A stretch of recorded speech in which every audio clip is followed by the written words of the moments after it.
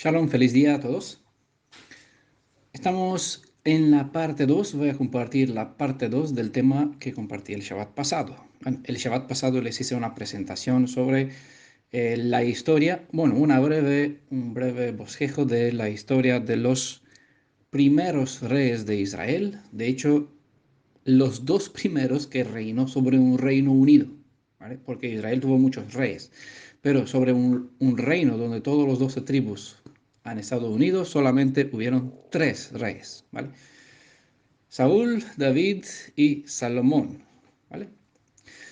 Hemos hablado un poquito, hicimos la historia sobre dos de estos tres reyes con el propósito de llegar a un cierto contexto, ¿vale?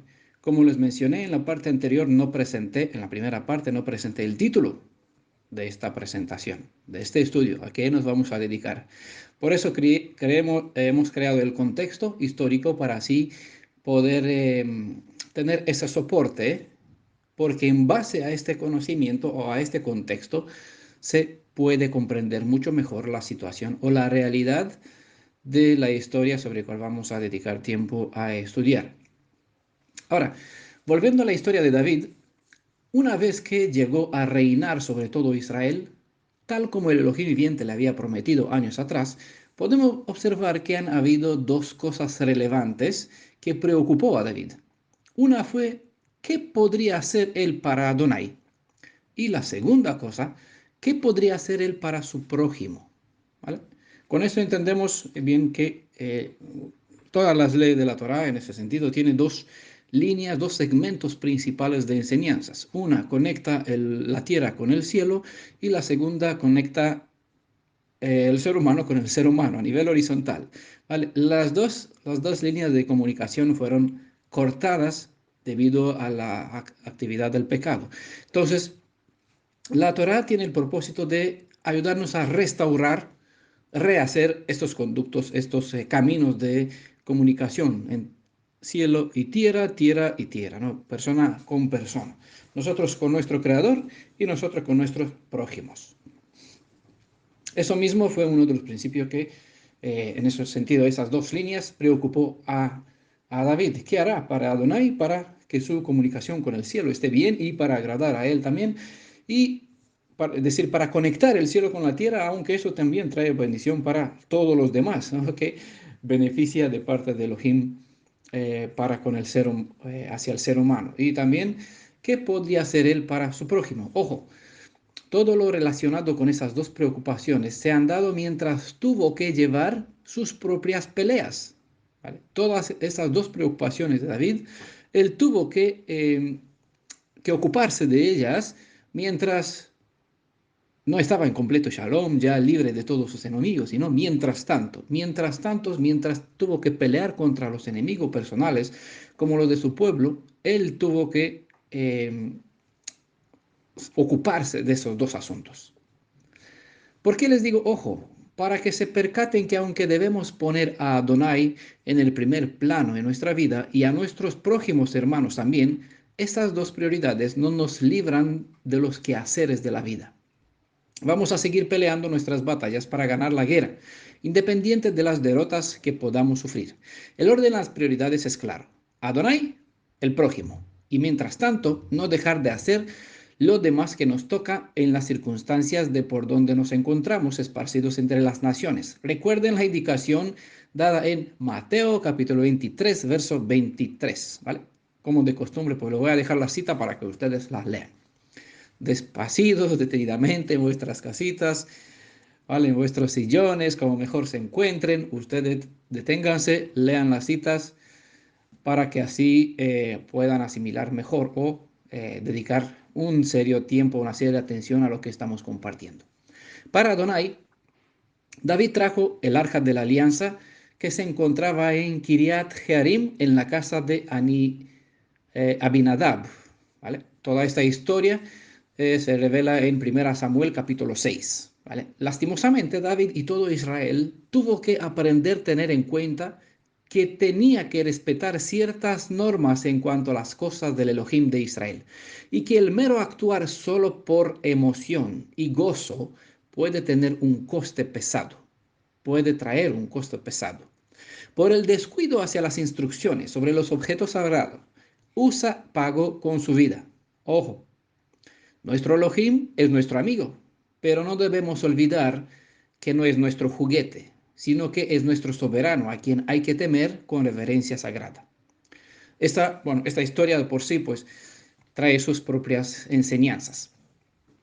Pasadas 3 meses desde la muerte de Usa, David hizo lo correcto en cuanto al transporte del arca con el pacto y por fin la trajo esta vez desde la casa de Obed-edom.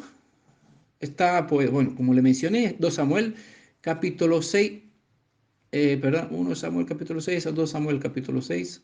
Bueno, ya lo encuentran ustedes si es el 1 o el 2, capítulo 6, verso 1. En la nueva residencia trajo la arca con el pacto, ¿vale? No la arca con el pacto, en la nueva residencia real de la capital de la nación israelita, que se encontraba unida, obviamente, ¿dónde la trajo? A Jerusalén, y la colocó en una carpa. Hizo también que se establezca el servicio en el tabernáculo. Luego más tarde, después que David se estableció en su palacio y tuvo paz con sus enemigos, él quería construir un magnífico templo para el Elohim de Israel. Esta historia está en 2 Samuel capítulo 7, verso 1 al 2. Así que antes de su muerte comenzó a encargar los materiales para que su hijo Salomón pueda construirle un templo digno para él. Es curioso que al preparar este estudio, al escribir estos detalles, ya saben que esta presentación tendrá su guía, se va a quedar por escrito para los que les gustan leer más que escuchar. Eh, claro, al preparar este material para compartirlo con ustedes, mientras estaba escribiendo precisamente este detalle, me di cuenta que aún este orden de las cosas trae de por sí revelación espiritual, lo que hizo David. A veces es imposible no asombrarse uno de cuánto contenido se oculta tras aparentes hechos que son ya historia para nosotros, ¿vale? Nosotros leemos la Biblia, la historia de David que sacó el, la arca que contiene la alianza de un lugar, la llevó al otro, se quedó aquí un tiempo, 3 meses, otra vez la llevó en Jerusalén, aquí, bueno, se quedó en una carpa, después le construyó una morada estable, permanente. ¿Por qué? Porque obviamente en las circunstancias de viajar de un lado a otro sin tener una capital estable, pues una carpa era un lugar idóneo para el transporte, para la mudanza. Pero ya estar Israel una nación estable, unida, fundamentada, con una constitución, con un reinado, con una capital, ¿no? Ya se dedicó a construirle un templo estable. Eso fue el pensamiento de David cuando dijo, a ver, tengo morada en una casa, estoy viviendo en una casa de cedro, de ladrillos, buena, de mármol, y el símbolo del más preciado del pueblo de Israel en una carpa, no es posible. Entonces, aquí le vino el pensamiento de edificar un templo eh, estable. Así que antes de su muerte comenzó a encargar los materiales para que su hijo Salomón pueda construirle un templo digno para él, para el Elohim de Israel. Eso fue su pensamiento para Adonai, para el Elohim de Israel, y se dispuso en ese sentido, accionó como tal. Es curioso que este hecho que me vino mientras estaba preparado en este estudio, que me di cuenta de esta realidad espiritual. Miren, que exactamente lo que hizo David, primero estableciendo el Mishkan, este santuario, en el centro del mando de Israel, es lo que estableció Adonai en el desierto con un pueblo unido en una misma nación una vez que estos han recibido la Torah. ¿Vale? Lo mismo que hizo Adonai con, al establecer el campamento con la arca de la alianza en el centro y todo esto en el centro de Israel, es lo que hizo David. Una vez que todos los tribus estaban reunidos alrededor suyo y ya tenía un gobierno centro, pues trajo en el centro del corazón de Israel, donde estaba la capital de todo el reino, la arca de la alianza, y estableció el servicio que por mucho tiempo cesó. No había actividad ni sacrificio ni ofrenda, por ende la comunicación del cielo para con la tierra y de la tierra con el cielo no funcionaba, ¿vale? Aunque el propósito final de todo esto era que Él viva, que Elohim viva en medio, en el centro del corazón de sus hijos, primero les enseñó el funcionamiento del manual de instrucción para que luego éste se convierta en una forma de conducta. Esto mismo hizo David al poner primero en el capital del reino de Israel la tienda de la reunión y al reactivar el protocolo ritual, es decir, la guía. ¿Vale? ¿Por qué la guía? Porque es un protocolo ritual. Pues bien lo dice Shaul. La Torá es un bastón, ¿vale? Es una muleta para llevarnos a conocer al Mashiach y así al estar en Mashiach podamos vivir los principios de la Torá. Pero para poder vivir algo necesitamos conocerlo, no podemos vivir lo que no sabemos. Por ende, las instrucciones que tenemos en la Torá, todo el procedimiento en rituales, en sacrificios, tenían como un propósito para transmitirnos cierta cosa, ¿vale? Esta cosa, pues claramente nos enseñaba nuestro estado y nos guiaba para conocer al Mashiach, quienes tiene la capacidad de redimirnos y activar este proceso de restauración en nuestra vida, a fin de que la teoría se convierta en, a través de su espíritu, en realidad y así que podamos vivir lo que está en mera letra como enseñanza ritual, que nosotros podamos vivir el espíritu de las cosas que transmiten las leyes, ¿no? La Torah no hay que ponerlo sobre como un tatuaje en la frente, sobre como un tatuaje, como una tefilim sobre la mano, sino que hay que procurar obrar con ella, hacer tu forma de vivir, tu forma de pensar, tiene que ser conforme a la Torah. Tu forma de obrar tiene que ser conforme a la Torah. Y es lo que nosotros aquí también estamos siguiendo para aprender. Eso es lo que hizo primeramente David. Al poner en su capital la tienda de reunión y al reactivar el protocolo ritual, a lo que hemos dicho, para que funcione nuevamente la comunicación entre la tierra y el cielo. Restauró el sistema levítico, ¿vale? En el estudio sobre el libro de Osea, de Zacarías, hemos visto que el propósito del sacerdote es conectar o transmitir desde la tierra al cielo la necesidad del ser humano, y el propósito del profeta es transmitir desde el cielo o traer desde el cielo para el ser humano lo que el ser humano necesita. ¿Vale? Ese es el funcionamiento de los dos brazos, ¿vale? De ese sistema, las dos piernas, si se pueden ver así, sobre cuál, los dos pilares sobre el cual se edifica todo el sistema de enseñanzas del pueblo de Israel. Ese es el camino. Luego David, una vez que trajo la tienda de reunión, después de un tiempo, David construyó el templo en piedra, ¿vale? Luego David construyó el templo en piedra, de modo como una nueva alianza pondrá, de modo como Elohim pondrá esta vez la Torah en la forma de vivir en las personas que serán el templo viviente de la morada permanente del Elohim de Israel, ¿vale? Lo mismo que hizo David al construir este templo en piedra, después de que hizo una morada temporal. Adonai nos dio una guía, unas normas en papel, ¿vale? Y escritas en piedra también las condiciones de su parte con cuales compromete. Y aquí en el libro de la Torá, que lo escribió Moisés, lo puso delante del arca de la alianza, aquí para la custodia de los sacerdotes, cuya copia la tenía el rey, escribió todas las normas, las indicaciones que estaban dentro de la Torá. Esto para que nosotros sabemos cómo guiarnos. Pero de la misma forma como David se dispuso para edificar un templo real físico en piedra, es así como Adonai hará que lo que es en mera dirección para que sepamos cómo conducirnos, Él ayudará o obrará, porque ese es el propósito de toda la restauración, para que eso sea parte integral de nuestra vida, no para que no quede escrita en piedra y en papel, sino que esté escrita en nuestra conducta, en nuestra ADN, en nuestra forma de vivir como está dentro de él mismo. ¿Vale? Esto es una comparación, una alegoría. Pero en realidad, como saben, David no construyó el templo en piedra, ¿verdad? Sino que fue su hijo, el Zar Shalom, Salomón es el nombre de su hijo, que significa el que trae la paz, ¿vale? Vea, 2 Samuel, capítulo 7, verso 1 al 11, donde eso fue encargado, en la construcción del templo fue encargado a Salomón. Sar Shalom es un símbolo, es un título que pertenece como referencia a Yeshua, el príncipe de paz, ¿vale? De aquí el nombre de Salomón, el que hace o trae la paz. Es una referencia que sirve como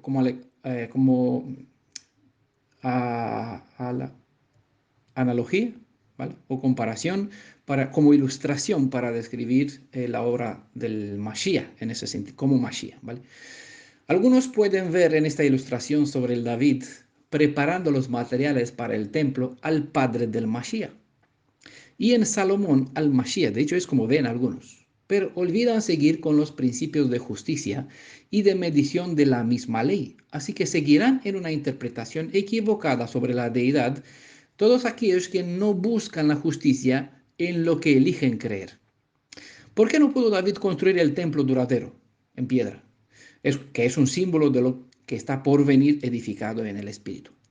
Porque era visto como un hombre de sangre, y lo era. Es relevante también no olvidar que aún así también David era un hombre conforme al corazón de Adonai. ¿Vale? Dos extremos parece, ¿no? Parece un auténtico contraste. Primera Samuel capítulo 13, verso 13 al 14 y Hechos capítulo 13, verso 22 evidencia este hecho. Y más, cuando se le compara con Adonai, siendo David una ilustración suya en justicia y en bondad, todavía es más difícil comprender este estado de David, hombre de sangre, pero hombre conforme al corazón de Elohim. ¿No? Es complicado, un poquito cuesta, pero no es tan difícil de entender. Y de a poquito espero que, bueno, seguramente toda la luz será traída a medida que habrá interés y que el Adonai pues quiere enseñarlo, mostrarlo en la forma correcta que la mayoría necesita, saberlo si cuando se disponen a por eso. No les conté toda la historia de las hazañas de David, pero les sacaré en evidencia que en su estancia entre los filisteos tuvo que matar varones y mujeres indefensos sin importar la edad y sin dejar a nadie con vida. Eso implica todo ser viviente que existía en la ciudad. Supongo que no los hay, menos los animales. Vean, por ejemplo, 1 Samuel capítulo 27. Está aquí bastante evidencias. También mató gente por sus propios intereses, ¿vale? Para que así obtenga la mano de la hija del rey. Hemos visto en la parte anterior. Aunque fue un intento por parte de Saúl para matar o traer muerte o librarse de David, pues David se fue a matar a estas personas por su propio interés, porque quería ser el yerno para tener un dote que pidió el rey para su hija. Y también desde una cierta perspectiva mató, aunque no de forma directa, mató gente para divertirse. ¿Vale? Segunda Samuel, capítulo 23, verso 14 al 15. Hay aquí una ilustración bastante complicada para entenderla, cómo es posible jugar así con la vida de la persona, ¿vale? De sus propios hombres, porque los envió prácticamente a esos, probablemente podrían morir, pero esos fueron en su nombre, en el nombre de David, para matar a ciertas personas, para abrirles brecha entre ellos en un campamento enemigo, en el corazón de un campamento enemigo, para traer algo que tuvo David aquí ganas eh, tuvo su deseo en aquel momento. Bueno, eh, a veces cuesta explicar ciertos detalles, pero las historias han sido escritas no por nada, no por nada. Pero bueno, eso está la historia aquí, 2 Samuel 23, 14, hasta el 15. Ahora, ver a Yeshua en el David como todopoderoso Adonai y en Salomón a Yeshua como el Mashiach príncipe de la Shalom no es sencillo para quienes estudian los escritos de la Biblia con una mente motivada por una suma de prejuicios o de ideas doctrinales. No vamos a por esta parte, pero me pareció relevante en este contexto y lo expreso para no olvidar la imagen de esta, del paralelo entre el estilo de que como Adonai actuó en el Tanaj, pues David actuó eh, aquí con la tienda de la alianza, la carpa de donde estaba el arca de la alianza, al traerla aquí y después construir un templo.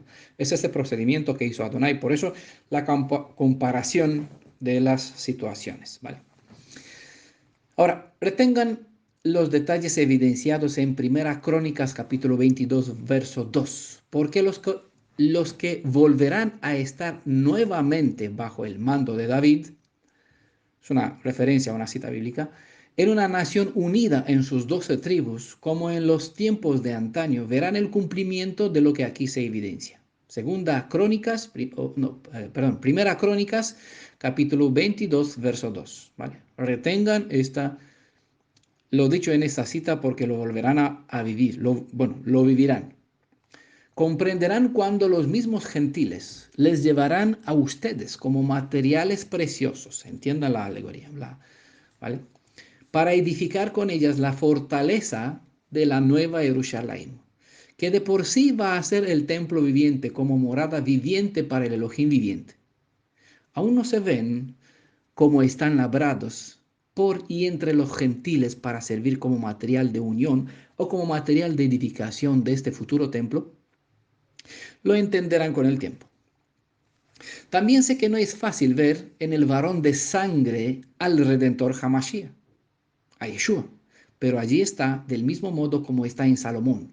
Y no me refiero en cuanto al linaje, porque eso es obvio, que el Yeshua, el Mashiach es descendiente de la casa de Salomón, por la ley del levirato, por ende de la casa de David, de Ishai, cumpliéndose la promesa para la casa de Judá, a quien vendrá Shiloh. Y cuando vendrá Shiloh, quitará la vara del rey de la autoridad de la casa de Judá de su mano. ¿Vale?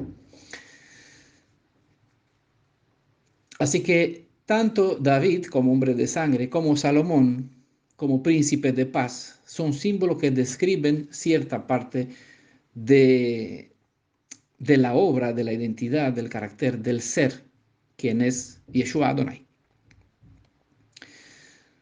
Ahora, ¿cómo es que Adonai es el mismo Mashiach y no es el padre de Yeshua Adonai?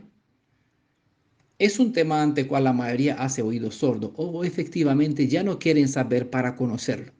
Así que para los que desean ver al Elohim viviente como Redentor Hamashiach de Israel, les insto a que sigan en mi compañía con este estudio. O igual pueden seguir los demás estudios que se han compartido al respecto.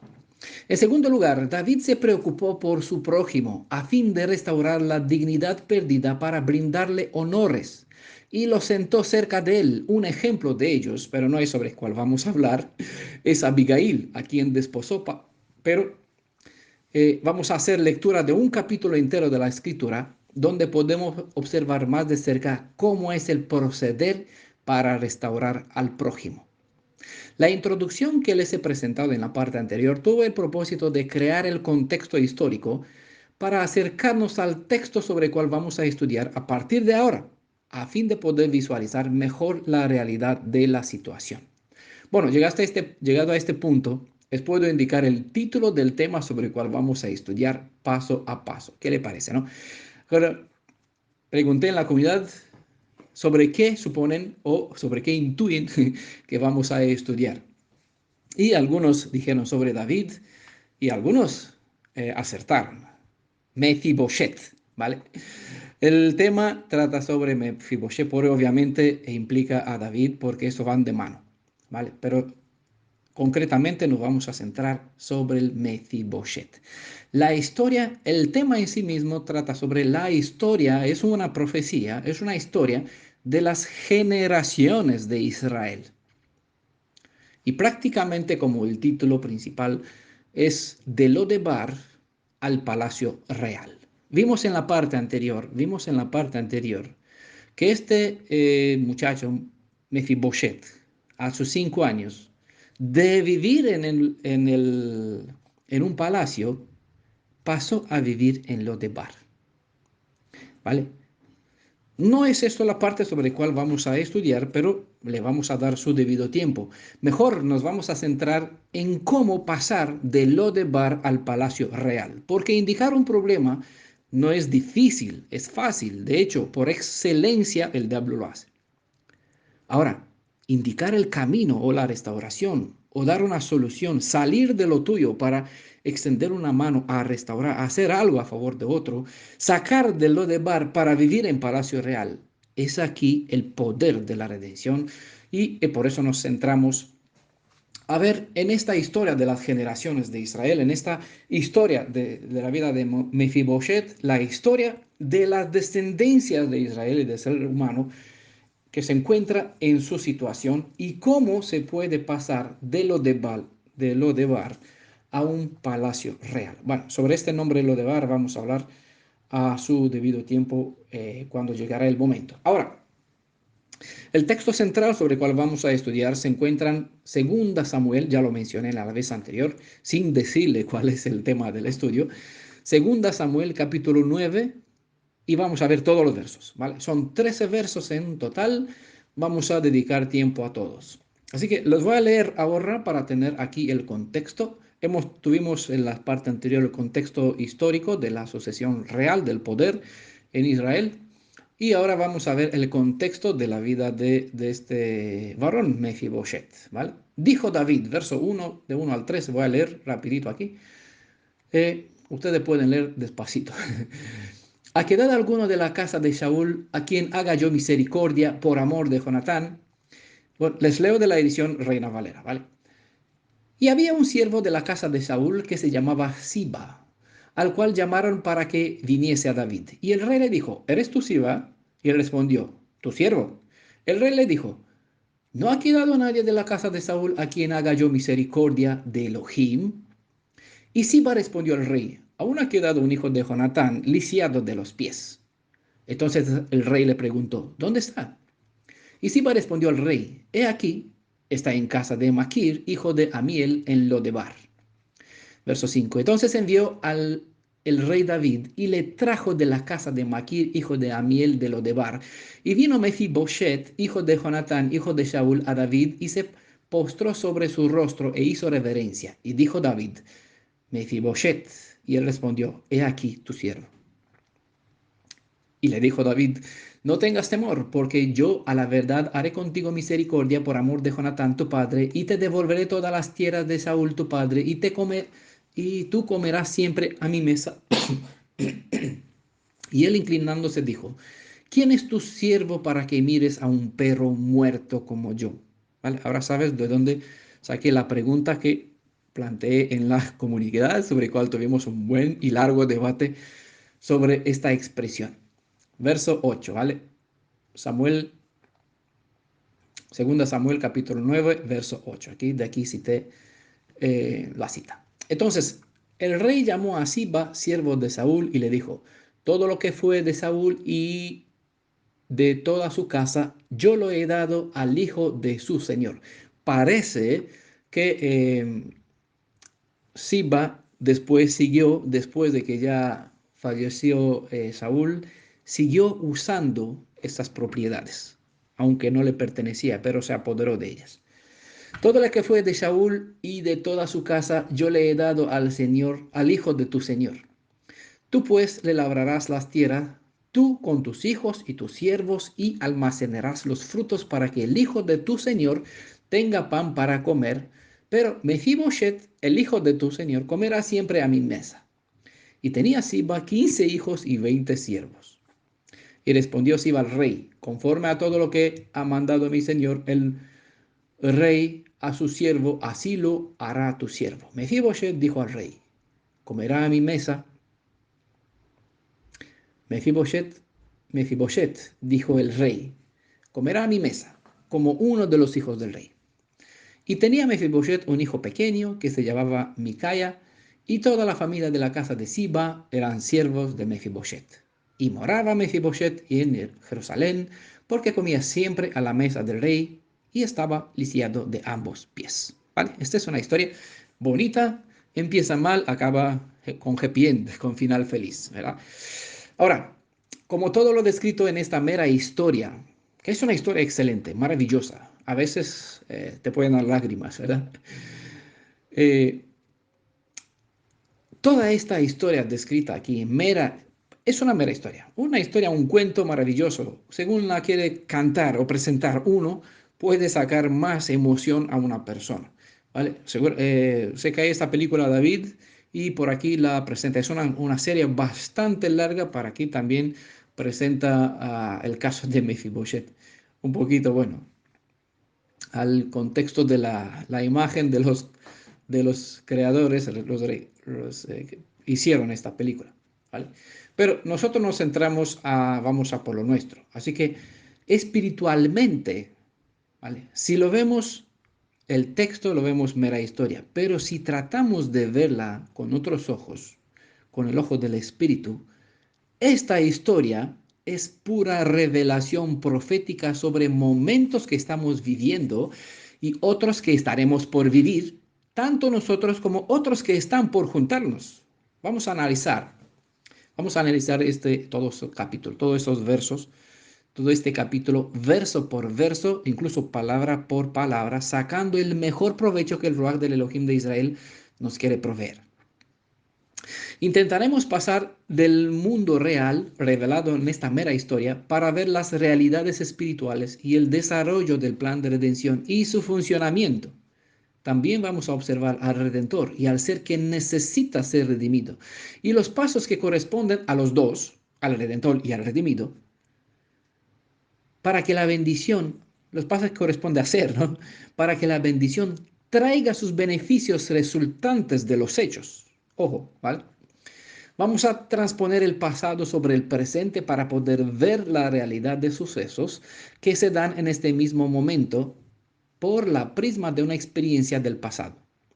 Ciertos aspectos revelados en esta historia tienen una proyección atemporal para la cual se necesita una visión en el espacio-tiempo para poder seguir los eventos. En este instante, no sé si podré poner en palabras todos y cada uno de los detalles que he entrevistado o si se sé bien, ¿no? Sí, los detalles que he visto a lo largo de que he leído esta historia. En esos tres versos citados y por eso os ruego a ustedes también que pidan, como yo también, al Ruach, al Espíritu de Yeshua, para que inspire, guíe, provee lo necesario para nuestra enseñanza.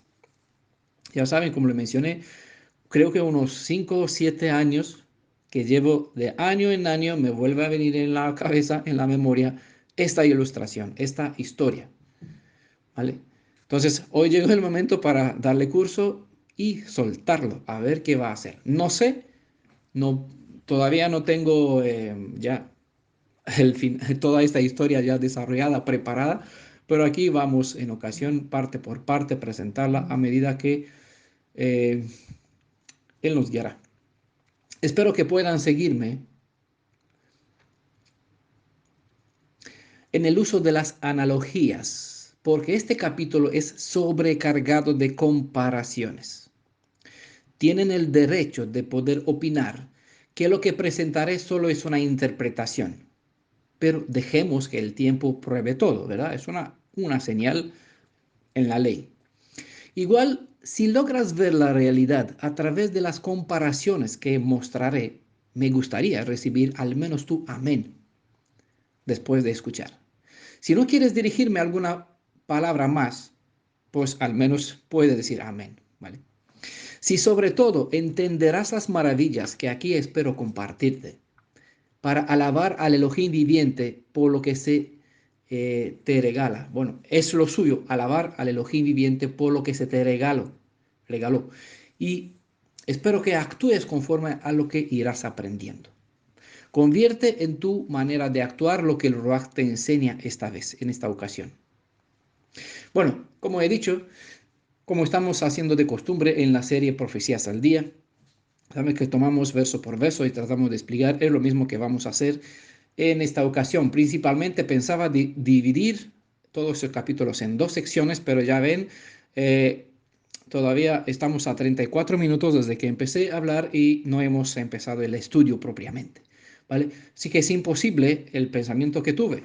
Después pensaba que voy a compartir en esta ocasión 4 versos para así tener 3 presentaciones, pero esto va a ser imposible, porque la cantidad, lo que preparé para esta ocasión, solamente alcanza em, presentar el verso 1, ¿vale? Así que vamos a dedicar de todo esos 13 versos el tiempo que nos queda, que nos resta de esta hora, para hablar sobre el verso 1 y sacar provecho de eso. Quedan 25 minutos, trataré de ser bastante rapidito. No es porque hay un límite de tiempo, sino que no quiero sobrecargar el- la capacidad de las personas con más tiempo. Así que por eso siempre me esfuerzo en no superar una hora. Pero en ciertos momentos sí que es imprescindible, ¿no? Bueno, verso 1 de la edición Reina Valera, segunda Samuel capítulo 9. Dijo David, ¿ha quedado alguno de la casa de Saúl a quien haga yo misericordia por amor de Jonatán? ¿Vale? Vamos a desmenuzar palabra por palabra para sacar aquí un provecho bastante rico, ¿vale? Dijo David, dice al principio. Ven, me gustó cómo inició esta historia. Dijo David. El término hebreo que aparece aquí para la palabra dijo es amar e implica el mero hecho de pensar dentro de sí mismo, según se revela en Génesis capítulo 44, verso 28, donde una cierta persona pensó algo, no lo expresó en palabras, lo pensó dentro de su propia mente. ¿Vale? Génesis 44, verso 28, el término amar, ¿vale? Un pensamiento interno, pero igualmente expresa la intención que se convierte en actuar. Éxodo capítulo 2, verso 14 es aquí otra cita donde se convierte en acción el pensamiento, ¿vale? Toma acción, toma iniciativa, se convierte en hechos, amar. Este dato me hace conectarme, me motiva conectarme y conectarlos a ustedes con el principio de la creación donde se revela el potencial del pensamiento del hacedor en lo que se creó a partir de lo que dijo. ¿Está bien? Adonai dijo, lo que dijo se hizo, ¿verdad? Por lo tanto, la palabra del pensamiento de uno toma fuerza y virtud cuando de la mera intención se pasa a la acción. A menudo pueden encontrar el sentido pleno donde el decir, el término decir de Adonai, efectúa lo que dice. La diferencia, la diferencia entre una mente moderna y la hebrea, la diferencia entre una mente hebrea y la mente hebrea se puede ilustrar de esta forma. Se acostumbra a dirigirse hacia alguien de esta forma. Estimado señor, le mandas una carta. Pero en el Tanaj, este uso, la expresión tiene un sentido diferente y suena así. Adonai dijo. Estimado señor es la mente cristiana moderna. La mente hebrea dice, Adonai dijo. ¿Por qué? Detrás de las palabras que expresa el Elohim viviente, y debemos expresar nosotros, obviamente, se revela autoridad y poder, dijo David, ¿vale? Amar, pensamiento que se convierte en actuar. Adonai, ¿vale? Se expresa de esta forma y nosotros como hijos suyos, que tenemos que reflejar su imagen y semejanza, debemos aprender dar valor y peso a través de las acciones de nuestra palabra. Muéstrame tu fe. ¿Cómo? Los demonios también tienen fe, ¿verdad? Ellos también creen. Y más, temen, tiemblan, pero no obran en virtud de la fe que tienen. ¿Vale? Muéstrame tu fe en o a través de tus hechos. ¿Vale? Eso es eh, el poder de esta palabra amar, dijo David. El poder de la palabra del Elohim viviente, de lo que él expresa y debemos expresar nosotros, se revela, eso revela autoridad y poder. La palabra que se usa en nuestro contexto, antes de nombrar a David, es amar, dijo David, amar. Y para que puedan comprender mejor el sentido que traté de comentar sobre los valores hebreos, es mejor ver al principio el principio activo que convierte el decir en hacer. En Génesis capítulo 1, verso 3, se pueden ver cómo nuestro Elohim empleó el uso de este término amar. En Génesis capítulo 1, verso 3, pueden observar la palabra amar en acción, porque no es una palabra pasiva, sino activa. Desde otra perspectiva, sabemos que aunque por mucho tiempo no se ha visto en acción el amar, es decir, de la palabra de nuestro Elohim, en todo su poder. En Amos capítulo 3, verso 7, declaró que Él no hace nada antes de revelar a sus siervos lo que estará por hacer. Así que envió su palabra, como por ejemplo mediante esta historia, la que estamos estudiando, para que comprendamos su debido proceder sobre nosotros en la historia del tiempo en cual vivimos. ¿Vale? Vimos la primera palabra, la segunda es el nombre, David. Dijo David. David puede que se dieron cuenta del uso de la primera metáfora empleada para comparar al segundo rey, quien gobernó sobre la nación unida del pueblo hebreo con el Elohim de Israel. Dijo David, entonces expresa el pensamiento del Elohim viviente convertido en la acción que vamos a ver. ¿Vale? David igual Adonai. Metáfora. No hay que olvidar que delante de todo asunto, Adonai es quien toma la iniciativa y primeriza en nuestra atención, o debería, antes de lo que sea Adonai. ¿Vale? Él es el Aleph, la cabeza, la autoridad hacia cual miramos. ¿Vale? ¿Ha quedado alguno de la casa de Saúl? Dice nuestra cita, pues un detalle aquí voy a dejar una notita. Os pido equilibrio en lo que harán con el uso de las analogías. Comprendamos el sentido del término metáfora, lo expliqué en otra presentación anterior, para sacar provecho de la enseñanza que esta quiere transmitir antes de dar valor absoluto al objeto que se emplea como símbolo comparativo. ¿Vale? Usamos aquí a David para hablar sobre Adonai. Usamos aquí sobre quién vamos a estudiar para ver a quién él se centra, ¿vale? Vamos a desmenuzar un poquito este verso para así captar la idea general. Las comparaciones pueden que solo enfatizan un cierto aspecto de la promesa o la cosa que se usa como método metafórico para transmitir una enseñanza. Esto no significa que en todos los demás aspectos de la vida de la dicha persona o del uso del dicho objeto se aplica la misma comparación. ¿Vale? No en todos los casos, para que entiendan, David se puede comparar con Elohim, ¿vale? Porque tuvo fallos bastante. Entendamos ahora en este contexto el uso de una metáfora. No es el asunto, hablamos sobre David, pero David no es el asunto principal, aunque la historia trata sobre David.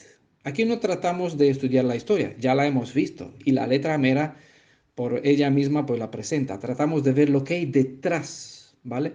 Entonces usamos una prisma, usamos a David para hablar sobre Adonai. ¿Vale? En este contexto, y todos los demás que vamos a hablar, pues lo limitamos aquí, esas analogías en este contexto. Espero que nadie se vaya por aquí con una aplicación y decir David es Adonai, porque claro, vamos a traer un otro testigo, un otro caso, otra experiencia de David, donde más bien se parece a otra cosa, ¿vale? No, no a Elohim. Entonces, por eso, sentido común sobre todo. Vale, aquí cerramos la nota. La preocupación interior de David describe un pensamiento propio que se ha convertido en acción y revela que en su interior había una preocupación para con un cierto linaje. Recordemos, David igual a Adonai. En este contexto, ¿vale? Entonces, ¿quién es Shaul? ¿Ha quedado alguno de la casa de Saúl? ¿Quién es Shaul? ¿O con quién lo comparamos para que podamos centrar nuestra atención en el linaje de este personaje y así ver el pensamiento de Adonai convertido en acción? ¿Me siguen? En la parte anterior, en la parte 1 que hemos presentado, hemos visto la historia de los reyes de Israel, hemos observado parte de la vida de Shaul. ¿Por qué? Para tener una parte más, no, preciso para que ahora, al saber su forma de accionar, su inclinación, su espíritu, etcétera, podamos identificar un estado de ser. Si por contraste al mal espíritu de Shaul vimos el buen espíritu de David y las buenas intenciones hacia su enemigo, entonces equiparamos a Shaul con el mal. Elohim creó al que se hizo Satán, ¿vale? No creó a un Satán, ¿vale? Ojo, creó al que se hizo Satán. Es decir, ¿qué es Satán? Es un término en hebreo que es adversario, enemigo. Creó un ser que le brindó ciertas cosas y este se convirtió en adversario, en enemigo, ¿vale? Del mismo modo como Shaul. Por eso la comparación. Y le brindó como a este espíritu caído, que lo conocemos, a este Malach caído, que se convirtió en adversario, le brindó lo mejor que le brindó a Shaul. Aunque la inclinación de los dos fue solo el resultado del deseo de la carne, de la intención, de la pasión, de la propia preocupación sobre el propio yo, tanto para este Malach caído como para Shaul caído en desgracia. Total, el destino que tuvo Shaul tendrá, esto es una paréntesis para que sepan, el mismo destino que tuvo Shaul tendrá el espíritu que se ha convertido en Hasatán. Y del mismo modo como los hijos de Shaul murieron, los hijos que heredan la inclinación del mal perecerán para siempre jamás. ¿Vale? Éxodo, no, está, ¿dónde está? Ezequiel 38, 39, perdón, aquí está la tumba del Hasatán, de este príncipe del mal, príncipe del norte, estará para siempre a la vista de todo lo redimido a lo largo de 1000 años aquí en el centro del medio del país. Curioso, ¿verdad? Pero aquí estará, no por nada, no por nada. Bueno, por esa razón, eh, seguimos con esta analogía, viendo al mal en Shaul y en los hijos de él, la destrucción de todo mal, raíz, dice, y rama, y frutos del mal serán destruidos por completo. Pero existe la otra perspectiva del mal, es la que se engendró en Adán tras su decisión. Es decir, podemos ver a Shaul igual en el sentido de mal, de enemigo adversario, pero esta vez centrándonos en el mal que se engendró en Adán, como un símbolo del mismo. Tras su decisión, ¿vale? En el Adán se engendró un espíritu adverso en la propia y se apoderó de la propia naturaleza que transmitió a sus herederos tras su decisión de transgredir las instrucciones de su creador. Shaul es un símbolo de Adán que fue hecho rey sobre la tierra y sobre todo ser viviente, pero su deseo cambió hacia su propio ser. Y por lo tanto, de modo como Adán perdió la seguridad que ofrecía el jardín de Edén, Shaul perdió la protección del Elohim viviente y tuvo que apañarse cosechando las espinas y las faltas de todo lo que ofrece la Shalom. ¿Vale? Perdió todo. Es lo único, lo que perdió también Adán. Es la comparación, puedan pensar ustedes más, para no profundizar más en el asunto, para que entiendan mejor. Espero que lo comprendan, para que así podamos seguir con las pistas, ¿vale? Saúl se convirtió en el enemigo de David, de modo como el hombre llegó a ser rebelde y adverso al propio creador. Para más, pues por favor lean Jacob, como aparece en esta Reina Valera, Santiago, verso 4, porque eso lo hizo un capítulo, ¿vale? Jacob, verso 4, o Santiago, verso 4. Con esto ya creo que se darán cuenta quién fue el objeto del pensamiento de David, comparación a Adonai, ¿vale? David Adonai. La casa de Shaul. La casa de Shaul se refiere a un linaje directo. Este estaba en el pensamiento de él. Se refiere a hijos de Shaul o hijos de sus hijos. Ojo, no se toma en cálculo los hijos de las hijas ni los hijos que no fueron engendrados con la propia esposa. Vimos en la parte anterior los hijos de Shaul, quién y cómo, ¿vale? Tengan en cuenta el ejemplo donde Abraham alejó del único hijo que tuvo con su esposa Sara y no permitió considerar heredero al hijo que tuvo con la sierva Agar, ni a los otros 6 hijos que obtuvo tras un segundo matrimonio. 7 hijos que no eran 100% hebreos, excepto Isaac. Esto es también una cosa interesante aquí, pero bueno, aquí se queda. Eh, Recuerden que los gabaonitas reclamaron en justicia, ¿vale? Había un derecho justificado, pero reclamaron la vida de 7 de los hijos de Shaul. Bueno, Leyeron esta historia cuando la cité en la parte de la introducción anterior, ¿verdad? David perdonó la vida del hijo de Jehonatán. En aquel momento hemos visto las citas que en aquel contexto con los gabaonitas David perdonó la vida, es decir, pasó por alto la vida del hijo de Jonatán de Mefiboshet. Entregó a los demás, a 5 hijos de su cuñada, prácticamente, ¿vale? Y a 2 hijos que tuvo Saúl con una concubina, Rizpa. La casa de Saúl es el linaje de Adán, la comparación, ¿vale? Sigamos con la ilustración. Pero observamos cómo David centró el enfoque de su pensamiento en una sección especial del linaje de Saúl y que mientras salvó a Mefiboshet, permitió que los gabaonitos maten a otros hijos que por igual descendían de la casa de Saúl.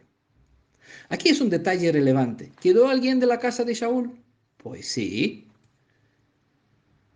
Quedaron 5 hijos, los hijos de la hermana mayor, la hermana de Mical, es, Merab, era su nombre, que Mical se convirtió en la esposa de David, ¿vale? Y otros 2 hijos también eran de Saúl como padre directo, pero con una concubina, ¿vale? Conocía a estos 7, los entregó a matar, salvó a Mefiboshet, ya conocía en aquel momento a Mefiboshet.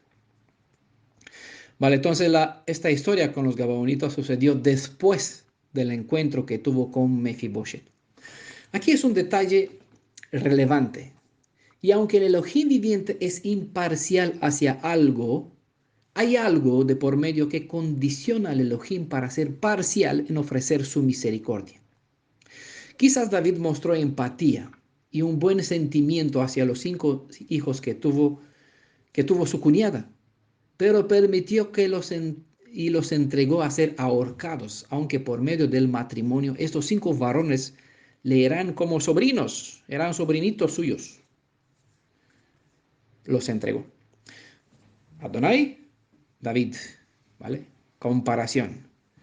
Aquí todavía funciona este principio porque revela cierta parte del carácter del Elohim de Israel en hacer diferencia, aunque su amor, como dice, como igual en el grupo se hizo en el grupo Mi Redentores Yeshua, aquí en esa congregación internacional, tuvimos cierto debate sobre sobre ciertos términos hebreos.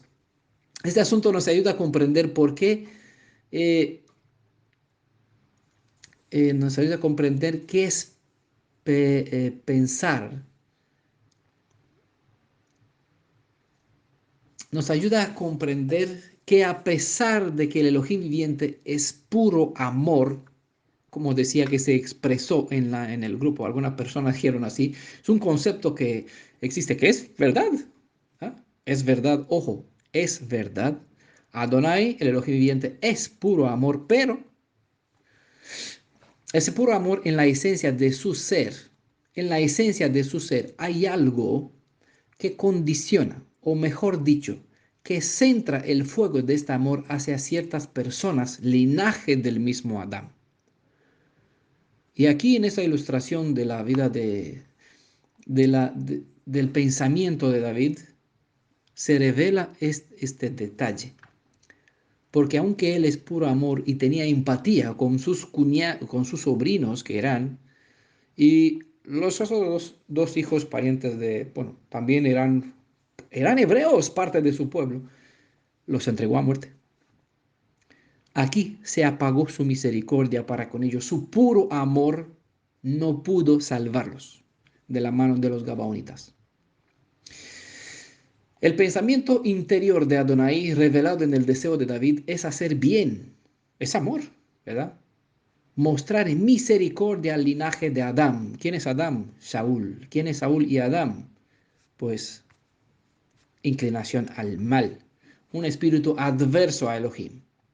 Aún así, el amor, la misericordia de Elohim es mostrarle amor a estas personas. Es precisamente lo que hizo David para con Saúl. Yo no levanto la mano contra él. Podría matarlo, destruirlo. Era su enemigo, su adversario. No lo hizo en 2 ocasiones tuvo la oportunidad de quitarle la vida y aún así, con sus propios soldados expertos en el arte de la guerra, podrían destruir todo el ejército de Shaul, de Israel. Pero por algo se evidenció el carácter de David aquí para ilustrar y poder comprender este amor y justicia, este equilibrio de poderes sobre el Elohim viviente. A quien haga yo misericordia, dice nuestra cita, por amor de Jonatán. Creo que, bueno, como le he dicho, usé la edición Reina Valera para estas citas que aquí dice por amor a Jonatán, ¿vale?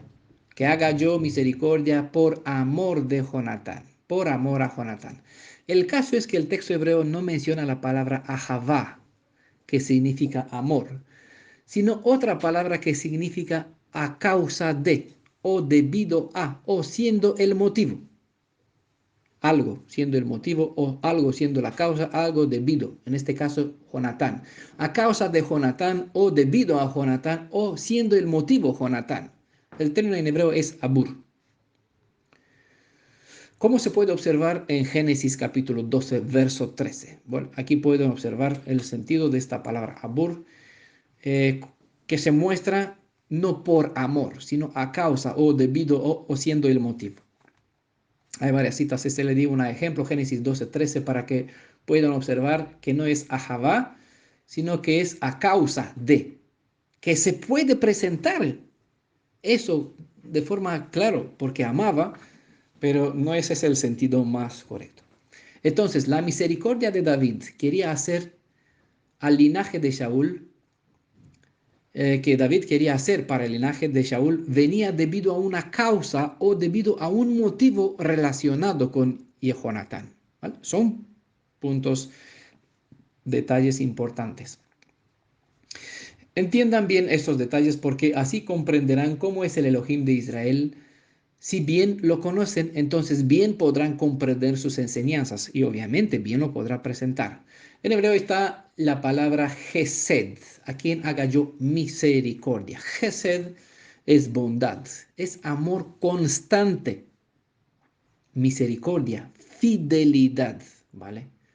O igual se puede decir devoción. Dado el contexto, entendemos que el deseo de David en hacer Gesed, en realidad era mostrarle la fidelidad hacia Jonatán debido a un compromiso previamente hecho a favor de él. Por eso Gesed en este caso es fidelidad y se muestra a través de un amor constante. Y igual se puede presentar como un amor. Gesed básicamente es amor constante, ¿vale? ¿Qué nos revela estos detalles? Que aunque el ser humano se hizo enemigo del Creador, entre el linaje del ser humano hubo algunos con quienes Él se ha comprometido con fidelidad. ¿Con qué? Con Gesed. A fin de mostrarles que un amor constante. ¿A quién prefigura entonces Jonatán? Si David es Adonai y Adam o el mal, incluso Hasatán, puede ser Shaul, ¿quién es Jonatán? De Adam Shaul se han desprendido dos líneas de personas. Mientras una línea buscó estar unido al Elohim de Israel, de modo como el hijo de Shaul, Jonatán, procuró estar íntimamente unido al ungido del Elohim viviente, la otra línea, o los otros hijos de Shaul, se alejó cada vez más de él, como fue Ishbaal, hemos visto, ¿no? Estas dos líneas se pueden rastrear en dos descendientes de Caín y los de Set, ¿vale? En el caso de Adán, o comparando con Shaul, Jonatán y Ishboshet, ¿vale? Dos líneas, bueno, todos los demás hermanos juntos. Y Jonatán mostró la inclinación espiritual que reveló Set, quien ocupó el lugar de Abel.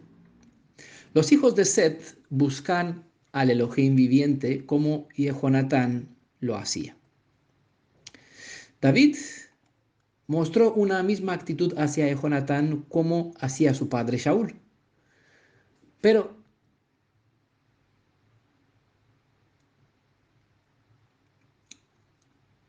David mostró una misma actitud hacia Jonatán como hacia su padre Shaul. Pero mientras uno supo sacar provecho, Jonatán supo aprovechar, el otro, Shaul, desaprovechó esta misma buena disposición, buena actitud. Y en varias ocasiones vimos en la parte anterior que incluso Jonatán trató de hacer recapacitar a su padre que David no era su enemigo y que vea que David aún así se comporta bien con él y no le responde con el mal al mal, sino haciéndole bien y favor todavía. Bueno, ahora vimos que debe haber algo previamente hecho entre David y Jonatán que causó dentro de David el pensamiento de hacer el bien, mostrando Gesed, un sentimiento de fidelidad debido a ese algo. Y de modo, eso lo quería decir, me olvidó, del mismo modo como David mostró una misma actitud con Jonatán y con Shaul, el Elohim viviente mostró una misma actitud hacia Adán, como hacia todo su linaje, mas no todos los hijos de Adán respondieron favorablemente ante él. ¿Vale? Shaul no respondió como Jonatán, y Boshet o los demás hijos no se acercaron a David del mismo modo como lo hizo Jonatán. ¿Vale? Por eso la comparación, espero que siga en el curso de la historia. Bueno, este algo es también lo que motiva al Elohim viviente convertirse en nuestro Redentor, y debido a este algo, Él muestra misericordia. Pero vimos al escudriñar la historia que la buena amistad entre David y Jonatán los llevó a los dos a hacer una alianza que no estaba limitada al tiempo presente de su presente, sino que fue establecida para siempre. Una de las promesas dentro del pacto de David con Jonatán consistía en mostrar misericordia a sus descendientes. Y es aquí donde la memoria del pacto fue el motor que impulsó a David a actuar en consecuencia. ¿Vale? Él mostró Gesed en base a qué? A algo que previamente fue hecho. Este hecho, este algo fue el motor que impulsó a David a actuar en consecuencia, convertir un pensamiento en hechos. Y Jonatán había pedido a David lo siguiente. Bueno, pueden los cité antes, 1 Samuel capítulo 20, verso 13 al 17, en parte está este contrato que hicieron los dos. Cuando Adonai Elohim de Israel destruya de la tierra uno por uno a los enemigos de David, ¿sabe que esto involucraba a su padre, que era enemigo de David? No elimines, es decir, sé que tú reinarás, en otras palabras, después de mi padre, no yo. Yo si viviría, porque lo pone en el contexto, si seguiría con vida aún, que le muestre misericordia. Y en todo caso, si él no iba a ser, no iba a vivir, no elimines para siempre tu misericordia de mi casa, traduce aquí. Otro dice, tengan en cuenta mi descendencia, eso es a cual hace referencia, no elimines para siempre tu misericordia, es decir, no apartas, no olvides este juramento, esta alianza que hicimos para tener siempre delante de ti misericordia para la descendencia de mi casa, para dejar que mi nombre, traduce en otros, se puede traducir, que mi nombre no perezca de Israel, que se guarde en memoria del nombre de Jonatán. ¿Cómo? Pues obviamente en tener descendencia, en tener la linaje. La palabra hebrea Gesed se refiere a un amor leal, amor del pacto, amor de pacto. Esta misma palabra se usa para singularizar el amor leal del Elohim viviente para con el pueblo con quien ha establecido una alianza. David, cuando tuvo el problema con los Gabaonitas, pudo entregar a muerte a otro descendiente de la casa de Saúl con quien no había establecido ninguna alianza, y con razón tuvo que proteger a Mefiboshet. Vea 2 Samuel capítulo 21, verso 7. Aquí él salvó la vida de Mefiboshet. ¿Por qué? Porque con su padre hizo una alianza. No hizo una alianza con los hijos que Shaul tuvo con Rizpa, ni con los hijos de Merabi, su cuñada, que tuvo. Bueno, ojo a este detalle porque no sé si se han dado cuenta qué valor tiene estar o no en la alianza con el Elohim de Israel. Eso lo digo para las personas que todavía no están sumergidas en el nombre de Yeshua, no forman parte oficial, no están bajo la autoridad de la alianza, bajo las obligaciones y tampoco pueden reclamar las bendiciones que ésta trae. Al no estar bajo la alianza, al no tener un contrato con Jonatán, Jonatán, en este caso, no está en este contrato, no hay nada quien pueda impedir que no sea entregada tu vida a los Gabaonitas. Vale, entiendas la, esta alegoría. Jonatán y David hicieron un pacto de amistad y de paz que continuaría a través de sus descendencias para siempre, como se menciona en el verso. Bueno, la historia está, mejor véanlo ustedes, 1 Samuel capítulo 20, verso 14 al 17 y el verso 42. Si no fuera por el pacto que el Elohim viviente hizo con Adán en su debido momento, y si no fuera por los demás pactos que vamos a ver, que se establecieron con el ser humano, no habría nada de por medio para que impida al Elohim de Israel, y aquí entienda la metáfora, no entregarnos. No hay nada que impida al Elohim de Israel no entregarnos en justicia en las manos de los Gabaonitas para ahorcarnos. No sé si entienden. Y me refiero a esto para las personas que están pendientes ahí aquí, en la comunidad, más de 20 personas, que prepararon, recibieron la información, estudios sobre el significado de la Tevilá y todavía en demora. Deben entender que en este instante no hay nada que impide al mal no destruirlos. Puede hacerlo. Y Elohim no puede defenderlos porque no tienen sellado ninguna alianza. Bueno, creo que lo expliqué en los estudios y lo que les compartí en el grupo Tefilá Beshem Yeshua, pero cada uno está en su libre albedrío de decidir. Uno será beneficiada como Mefiboshet debido al pacto que hizo su padre y al disponerse a seguir los pasos, o al no estar en el pacto, pues verán naciones en el mundo destruidas. Y entenderá entonces por qué Adonai dijo también, daré naciones por tu vida, porque tú estás en el pacto, y pueblos para salvarte. ¿Vale? Bueno, por eso digo, del entendimiento claro de estas afirmaciones, puedan traer luz a otras enseñanzas que hay por la Biblia.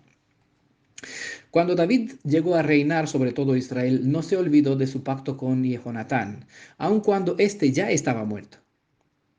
¿Qué importancia tiene eso? Pues la misma, porque el Elohim de Israel no olvidó la alianza, las palabras, el compromiso que él hizo con nuestros padres.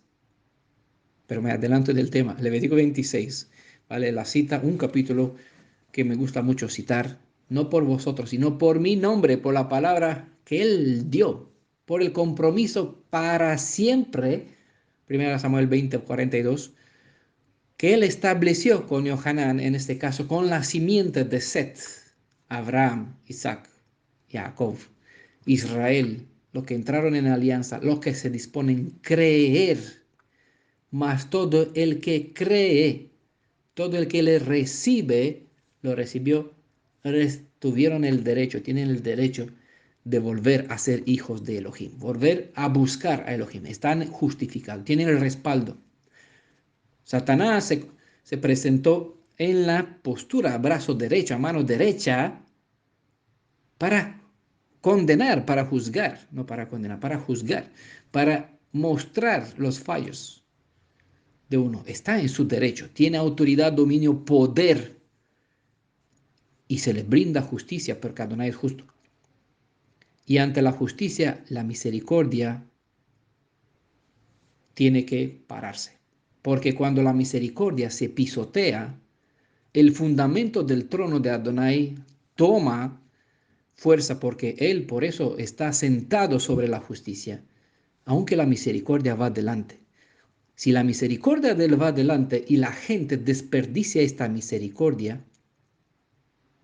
debido a su justicia, da la espalda, oculta su cara, se pierde la misericordia. Entonces, aunque Adonai ama por principio activo en su vida y es amor, No se puede decir que es incondicional. En su esencia es de por sí amor, pero este amor es condicionado, ¿vale? De la reacción de los demás. Él ama a los demás, pero la reacción o la acción de las demás, al dar la espalda a este amor, obliga a su justicia a actuar y no permite que su amor sea pisoteado.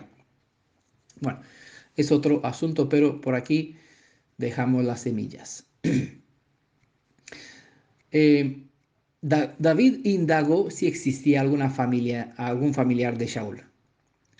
Más específicamente, David deseaba saber si existía algún hijo de Jonatán. No se interesó por la familia, a ver los hijos, porque a ver, él no sabía de Isboset. Se reveló recientemente, no sabía que hay más pretendentes al trono que podrían reclamar. Bueno, eso no podría, que eran hijos de segunda y los otros no tenían linaje, eran hijos de la hija, no podrían reclamar. ¿Vale?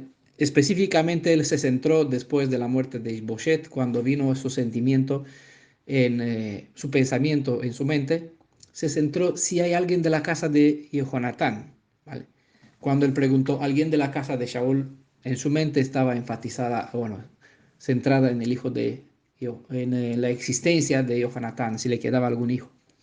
A quien David pudiera mostrar bondad debido a la alianza que estableció con su amigo. Un pacto es una obligación legal. Es una promesa que obliga a las partes a mantener fidelidad hacia el compromiso mediante el cumplimiento de las condiciones. ¿Vale? Sé que tienen que meditar a estas palabras porque hay muchos malos conceptos sobre lo que es la alianza. Veamos 7 alianzas que las escrituras nos las revelan y recordemos que con cada alianza se ha dado una señal. Aunque hay otros pactos por la Biblia, los siguientes involucran el Elohim viviente y el hombre. ¿Vale? Por eso menciono 7 que son relevantes. Los otros, donde hay más pactos, pues no son eh, los pactos que hicieron Israel, los Gabaonitas, pues engañaron a Israel, hicieron un pacto. ¿Vale? No se tiene en cuenta porque eh, nos interesa la acción lo que tiene que ver con el Elohim, con el Creador, con nuestro Redentor y con el ser humano. Bueno, la primera alianza que hizo Elohim con el ser humano está en el Edén, Génesis 3, capítulo 3, verso 15. La promesa es que habrá enemistad entre la simiente del mal y los hijos y los que buscan la paz, es decir, entre los hijos del Elohim viviente y los hijos del Elohim de este mundo. La señal, todos los pactos tienen una señal. La mujer tendrá como señal el dolor del parto y se mantendrá sujeta a su esposo, ya que aquí se dividió, eran dos al principio, pues para los dos se dejó una señal. Y el hombre, en cambio, trabajará con el sudor de su frente y aún así cosechará espinas. ¿Por qué eso? Para recordar la desgracia en cual se han metido, ¿vale? Y no olviden por aquí anhelar el deseo de la esperanza en cuanto a la redención, ¿vale? Para no olvidar lo que hicieron y lo que trajeron esa desobediencia y que no pierda de vista la esperanza. Por eso se dejó la señal para los dos y los llevamos esa señal todavía hasta la fecha. Todos los descendientes, hombres y mujeres. El segundo, la alianza que se estableció con Noé. Génesis capítulo 9, verso 8 al 17. Aquí tenemos como promesa que Adonai nunca volvería a destruir la tierra con un diluvio. Y como señal se puso el arco de 7 colores en las nubes. El tercer punto es la alianza establecida con Abraham. Génesis capítulo 15, verso 12 al 21 y igual capítulo 14, Génesis capítulo 17, verso 1 al verso 14, del 1 al 14. La promesa es que los descendientes de Abraham llegarían a ser una gran nación. ¿Con qué fin? Para que sean ellos muchos. No, con el fin de llevar la luz a todas las demás naciones. Si ellos se mantendrían aquí, obedientes a las condiciones de la alianza, obedientes a Elohim, traerían vida a las demás y las naciones del mundo tendrán un ejemplo o alguien que le muestre el camino para que igual puedan ser redimidos. Como señal se dejó la circuncisión en la carne. De aquí un mal concepto sobre el pacto del Brit Milá. No existe un pacto del Brit Milá. Existe un pacto con Abraham cuya señal es la circuncisión. Entiendan de una vez eso, ¿vale? No es Brit Milá, eso es un mal. Brit es pacto o alianza. Milá es circuncisión en el prepucio de la carne. No existe el pacto, no se hizo Adonai. Todo el pacto tiene condiciones y tiene compromisos. Y en al cortar un prepucio no existe ni condición, ni bendición, ni promesa, ni nada. ¿Vale? Es señal de algo, es señal de un compromiso, de un pacto, de una alianza. Lo importante no está la señal, lo importante es el compromiso. La señal o el señal tiene peso debido o recibe peso, recibe fuerza o virtud debido al poder que reside en el pacto. Punto 4. Cuarto ejemplo, la alianza con Israel en Monte Sinai. Éxodo capítulo 19, verso 5 al 6. Bueno, por aquí. La promesa es que Israel sería el pueblo escogido por el Elohim viviente, una nación santa siempre que mantengan su parte del pacto. Como señal recibieron Shabbat. Shabbat es la señal de la alianza que se estableció con Israel. Por esto Shabbat y sábado no es lo mismo, porque sábado no tiene una alianza. El sábado no contiene una alianza entre el Elohim viviente y el pueblo de Israel. El sábado que guarda la iglesia adventista, por ejemplo, o los pentecostales o bautistas del séptimo día, y otros, hay por aquí otros que guardan sábado en el imperio cristiano, no tienen una alianza establecida, porque esta alianza no se hizo con el adventista, con bautista, el pentecostal, el quien sea en el mundo, se hizo con la nación Israel. Y esta sí queda por siempre, porque no es algo que lo hizo el hombre, lo hizo Adonai, el Elohim viviente, con el hombre.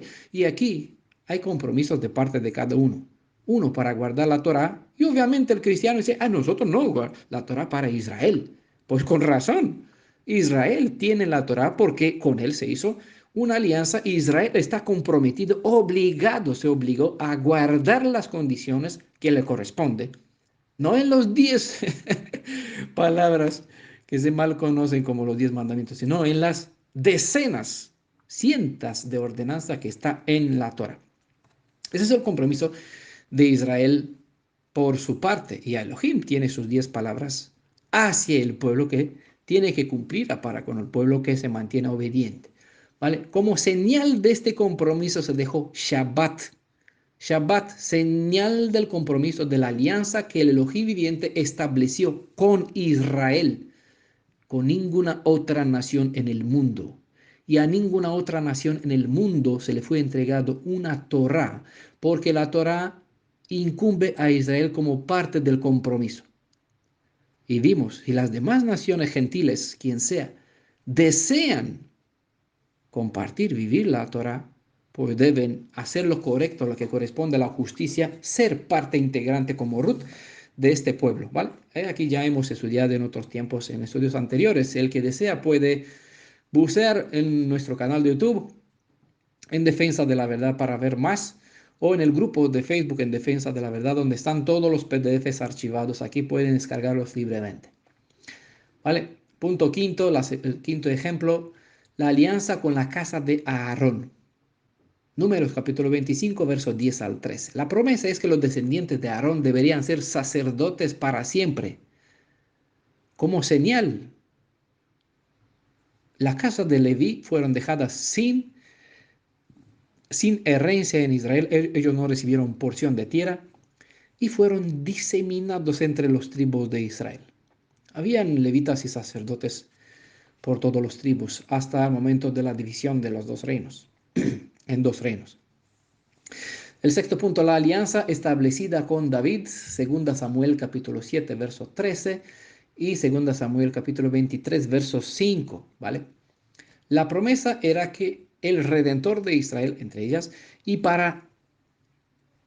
no solo para Israel, sino para todo en el mundo, todo el que cree, ¿vale? Vimos Juan 3:16, todo el que cree, no hay limitación a personas, hay limitación al pueblo de Israel, el que cree, le dará derecho para volver a ser de ser hijo de Elohim. Y en el mundo, el que cree, el que escucha, que venga, que beba gratuitamente. ¿Vale? La promesa para David era que el Redentor, el Mashiach, el que fue prometido al principio, volvemos al punto 1 y conectamos con Adán y Eva, se le prometió un redentor, pues esta simiente de la redención vendrá mediante el linaje de David, ¿vale? Vendrá a través de la descendencia de David. A señal, pues David no edificará el templo, sino su hijo. Claro, para David esto fue una cosa real. Para nosotros, que vivimos después, que leemos la historia, lo vemos cumplida como señal y todo no llama el templo de David, aunque prácticamente deberían llamarlo el templo de David, porque él planeó, planificó, estableció, trajo, preparó, mandó cartas, ordenó el sistema del peso, los materiales, los arquitectos, los cantores, el servicio espiritual de dentro, de fuera, todo.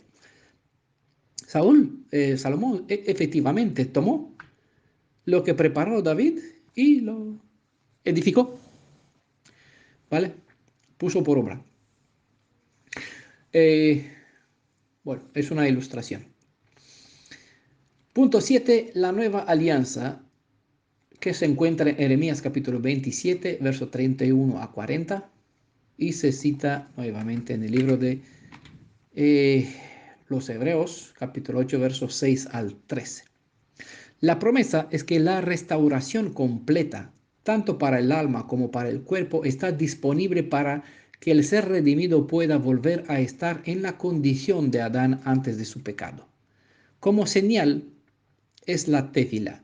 Podríamos decir el compartir el pan y el vino también aquí como símbolos y el lavado de los pies, porque recuerda la muerte y la resurrección de Yeshua y esto es un símbolo del poder de lo que experimentamos y está por vivir, porque la bendición eh, de esos símbolos pues nos desconecta del mal y nos conecta a la fuente de vida. Bueno, hay mucho aquí, pero bueno, particularmente todo esto, principalmente todo eso se encuentra dentro de lo que llamamos la inmersión, el bautismo.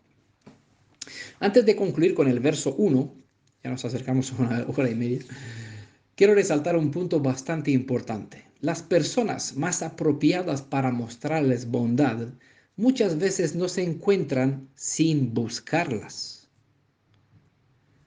Así que David lo pensó, pero ¿qué hizo con el pensamiento? A veces podemos tener buenos pensamientos e incluso buenas intenciones. Es decir, podemos tomar en cuenta la palabra amar y quedarnos con el pensamiento, algo que tengo interno en mi mente. Pero eso tiene dos aspectos, que igual se convierte en acción. Se puede presentar un pensamiento que se convierte en realidad, se vierte en hechos. Lo vimos en la acción de Elohim. Dijo y se hizo lo que hizo. Así que podemos tener buenos pensamientos e incluso buenas intenciones. Pero si no convertimos estos pensamientos en acción, no vamos a gozar en ver cumplido nuestro buen deseo, ni vamos a traer bendición a nadie, mientras que los necesitados seguirán a la espera de quienes les muestre la misericordia, es decir, Gesed.